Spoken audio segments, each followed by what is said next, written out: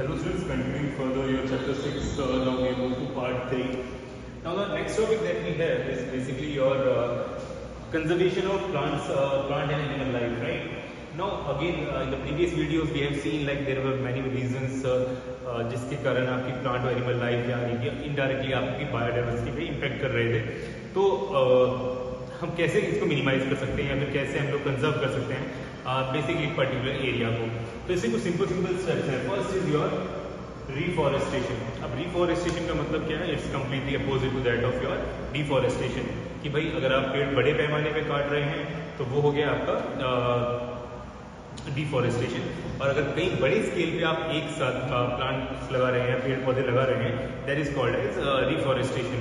Like for example अगर आप बात करते हैं 2023 जो इंडिया में IPL हुआ था, तो आपने एक न्यूज़ सुनी होगी ना वहाँ पे कि अगर हर एक डॉट बॉल हो रही थी, मेरे ख्याल से there was some news for every dot ball I think Tata company was planting some trees and all. तो इस तरह की मुहिम हो जाती है कि भाई बड़े पैमाने पे आप एक साथ पेड़ लगा रहे हैं, तो that is called as reforestation. You guys would have heard about this forest man of India. I request you to go and check him. This guy, for the past 35 years, he has been planting daily 4 to 5 trees, and ultimately, it was a complete barren land. And he himself, it is an individual effort of a single person, you can say, कि जिसने एक पूरी बंजर जमीन को एक पूरा forest बना दिया है. And now that in that particular area, it has become a complete such a scenic view over there that कि वहाँ पे हाथी है. I think even some dinosaurs and all are also coming. So check out this guy for forest man of India. Now second thing comes your forest fire. तो forest fire का मतलब क्या है कि अगर आप देखें I think in the month of May 2023 some sort of fire started in the forest of Canada, right? जहाँ पे अगर आप देखें हर साल लगती है, US वगैरह में लगती है. एंड इन आर एरिया अगर हम बात करें हरिद्वार में या रुड़की की साइड में भी जंगलों में आग लग जाती है. सो अगर फॉरेस्ट फायर का मतलब क्या है कि फॉरेस्ट फायर एक जंगल में आग लग गई और ये बहुत रैपिडली फैलती है. मतलब आपको सोच के रखिए पेड़ लकड़ी के हैं, मौसम सूखा वगैरह हो रखा है, गर्मी का मौसम है, तो अगर एक पेड़ में आग लगी तो दूसरे पेड़ में आग लगने में कितना कम टाइम लगने वाला है.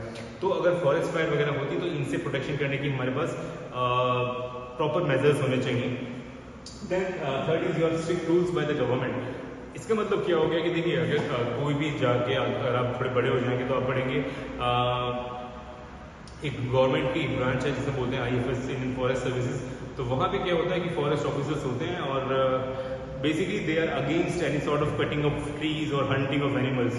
कि जानवरों का शिकार वगैरह जो करते हैं या फिर आप कह सकते हैं कि पेड़ काटते हैं इलीगल तरीके से. आपने सही सोच रहे होंगे कि आपने सुना होगा पुष्पा मूवी में, तो that guy is actually doing some sort of illegal work कि जो नेचुरल ट्रीज और हैबिटेट्स वगैरह वहाँ पे हैं उनको वो इम्पेक्ट कर रहा है.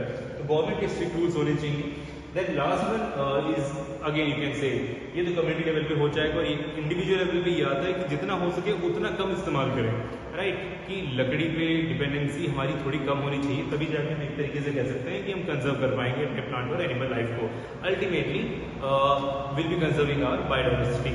Now moving on, the next topic that we have is your biosphere reserves. Biosphere reserve क्या होते हैं? तो पहले तो हमें समझना पड़ेगा कि UNESCO branch of United Nations, right? It is a recently, I think 20-25 years back only, they started a program that is called as MAP program. तो इसका मतलब बेसिकली है मैन एंड बायोस्फीयर. अब बायोस्फीयर प्रोग्राम ये 20 years के मतलब 25 years पुराना एक स्कीम है जो यूनाइटेड नेशन ने स्टार्ट करी. उसमें हुआ क्या? दे डिफाइंड द बायोस्फीयर रिजर्व. अब बायोस्फीयर रिजर्व होते क्या है पहले ये समझते हैं. देखिए अगर हम अर्थ की बात कर रहे हैं तो कोई भी वो जगह जहाँ पे आपकी लाइफ एग्जिस्ट कर रही है तो हम उसे बोल सकते हैं कि वो बायोस्फीयर है. अब बायोस्फीयर रिजर्व क्या हो गए भाई? They are the particular areas जहाँ पे हम लोग क्या करते हैं, कंप्लीटली ह्यूमन एक्टिविटीज को हम लोग बंद कर देते हैं, right? Again I am saying अब देखिए बायोस्फीयर का मतलब अगर आप खाली समझ रहे हैं, I am not telling about the biosphere reserve. अगर आप खाली बायोस्फीयर की बात करें तो इसका मतलब क्या है कि it's a place on the earth जहाँ पे खाली आपकी लाइफ एग्जिस्ट कर रही है. कि आपकी जमीन पे हो सकता है, आपका पानी हो सकता है, आपका एटमॉस्फेयर भी हो सकता है, राइट? अब बायोस्फीयर का रिजर्व का मतलब क्या हो गया? These are the particular areas जहाँ पे किसी भी तरह की ह्यूमन एक्टिविटीज को हम लोग अलाउ नहीं करेंगे. किसी भी तरह की का कहने का मतलब थोड़ा बहुत तो अलाउ करेंगे. तो एक बायोस्फीयर रिजर्व को हम लोग 3 एरियाज में डिवाइड करते हैं. अगर आप देखें ये हो गया फर्स्ट, सेकंड और थर्ड. इस तरीके से समझने की कोशिश करते हैं. इसका फर्स्ट होता है आपका इनर मोस्ट जोन. अब इनर मोस्ट जोन वो होता है, तो बेसिकली कुछ गवर्नमेंट के एरियाज है जहाँ पे हम लोग बायोस्फीयर रिजर्व बना रहे हैं। तो फर्स्ट एरिया हो गया inner most zone. Inner most zone के अंदर होता क्या है कि किसी भी तरह की ह्यूमन एक्टिविटी, किसी भी तरह की ह्यूमन एक्टिविटी को हम लोग अलाउ नहीं करते हैं। जिसे कहते हैं ना कोर ऑफ द फॉरेस्ट, जहाँ पे बिल्कुल घने जंगल अंदर, जहाँ पे ना इंसान ना बंदा ना बंदे की जात, वो वाला सीन होता है आपका इनर मोस्ट। सेकेंड आता है आपका मिडिल जोन। यहाँ पे भी ह्यूमन एक्टिविटीज अलाउड नहीं है। ह्यूमन एक्टिविटीज अलाउड नहीं है इन द सेंस कि अगर किसी को जाना भी है तो एजुकेशनल रिसर्च हो गई, वही कोई साइंटिफिक डिस्कवरी वगैरह, रिसर्च पढ़ाई वगैरह कर रहे हैं तो खाली साइंटिस्ट वगैरह को जाना अलाउ करते हैं। Now comes your third, that is your outer most zone. तो यहाँ पे भी हम जैसे लोग अगर हम जा रहे हैं तो हमें रहना अलाउ नहीं करेंगे।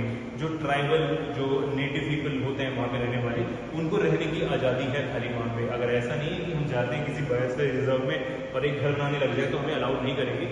जो वहाँ के प्रॉपर ट्राइबल लोग हैं, जो सदियों से सालों से वहाँ पे रहते आ रहे हैं, तो उनको रहने की परमिशन ये है। तो ये एकदम कोर ऑफ द फॉरेस्ट और you can say the biosphere reserve. Second आ गया आपका मिडिल जोन, जहाँ पे आप कह सकते हैं कि पढ़ाई के लिए अगर जाना है, रिसर्च वगैरह करना है, या फिर देखना है, स्टडी करने के लिए बेसिकली।